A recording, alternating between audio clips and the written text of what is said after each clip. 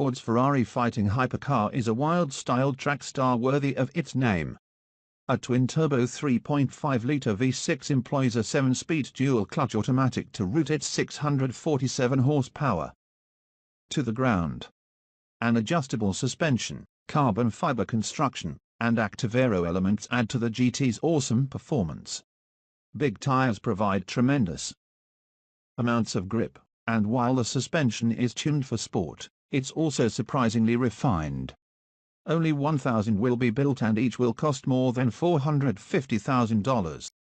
Back at Le Mans last year, luck continued not to favor Ford as it diced with Ferrari for the LMGTE Pro Class lead. Loose wires caused the lead GT's mandatory position lights to wink out, and Sebastian Bourdais, one of the team's most seasoned vets, had to find his way through the darkness with a fritzing electrical system. In the wee hour, Nair, determined to stand with his colleagues for the entire race, approached Perricook. "I can't hold a cup of coffee," he said. In Utah, Billy Johnson, just 29 when he drove the number 66 car that finished fourth in class in 2016, slides in next to me. For a vehicle that is more than 15 feet long, putting 2PO into the GT is like stuffing a couple of bedspreads into a Mittag. As in a Lotus Elise, the seats are squeezed together, inboard of the Ford's carbon fiber tub's thick structural side boxes. You will want to shower beforehand and wear only the mildest cologne, as you and your passenger are about to enjoy an intimacy Tinder users only dream about. The affable Johnson waves me forward and we burble menacingly onto the track. A big V6, especially one all stuffed up with turbos, doesn't always sound fabulous, but this 647 horsepower unit does. It makes a proper wail, the rising, ragged tones of its exhaust sealing the car's racing connection.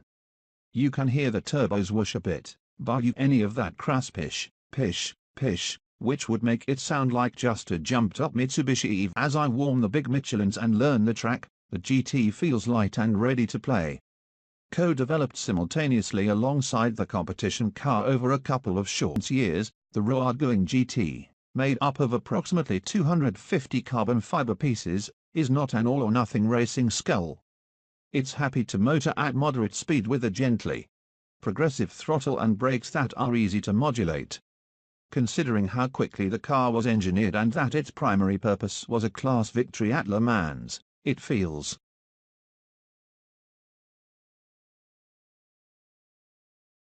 surprisingly refined and cohesive. The 7-speed dual-clutch automatic shifts quickly, and I can't even detect any serious turbo lag, although the engine does get a little urgent above 3,000 RPMs as it belines for the 7,000 rev read line. We start picking up the pace, Johnson reminding me of the track layout on the intensely flat, sometimes confounding course. Third and fourth gears are fine here. You can press deeper into the throttle and flood the turbines with exhaust gas without lighting up the tires.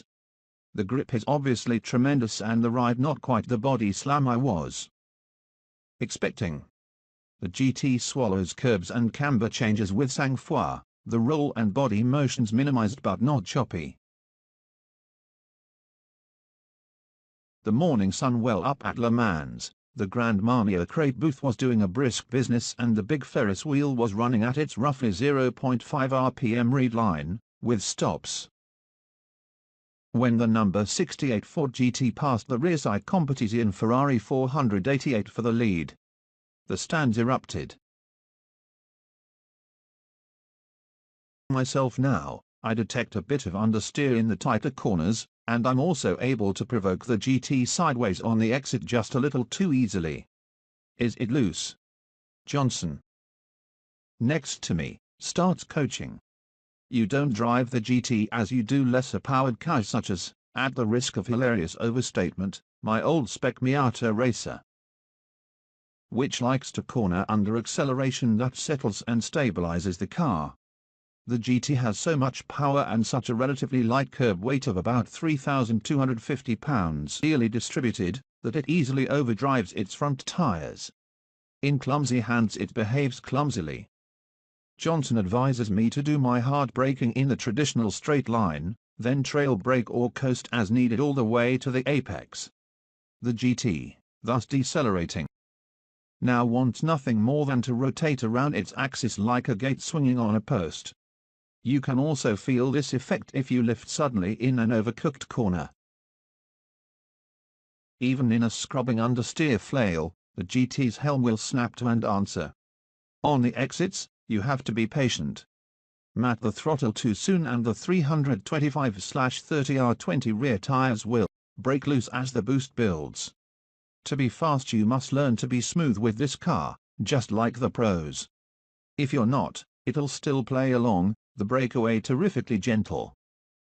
Stability control modes letting you get more and more sideways without risking any damage. At Le Mans, with the number 68 Ford GT leading its class, the prize almost at hand, Nia and a superstitious Perikok had been doing their best to keep the jubilation under control.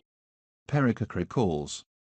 Then the lead LMP1 Toyota quit in front of the pits with 1 lap to go. After that you could hear a pin drop in our garage. Tar highways beckon, and the GT loves an undulating road as much as a track. The driver feels plugged into the Ford through the quick steering and the wide pedals. Placement of the nose is easy as it flows contentedly from bend to hairpin to sweeper. Ferrari drivers, spoiled by perfect steering, will not complain. Without helmets to muffle the noise, however, the GT's cabin is downright loud, the exhaust in certain gears at certain throttle positions turning painfully boomy. The seats with their weirdly tufted cloth inserts barely recline, and the passenger well has a big footrest across it that is just a bit too close to the seat for a comfortable leg stretch. The trunk is a joke, filled to capacity by 2 rolled-up windbreakers. The new GT is gorgeous garage candy for a lucky few, but unlike the last GT, it won't be much fun on a long club rally. From Dearborn into history, landing in Detroit after the race and the all-night parties, Perikok had to help Nia pull his suitcase down from the plane's overhead bin. Nia looked at him and asked,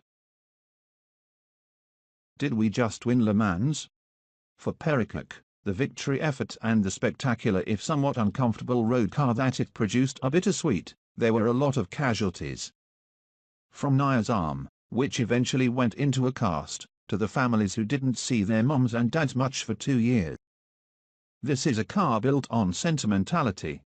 Sure, there were other reasons for the GT, such as creating a technology test bed and taking Ford's brand onto the international racing circuit to be enhanced by its reflected glitz. But ultimately, a family with serious resources just thought a class win at Le Mans on the 50th anniversary of Ferrari's famous drubbing would be cool.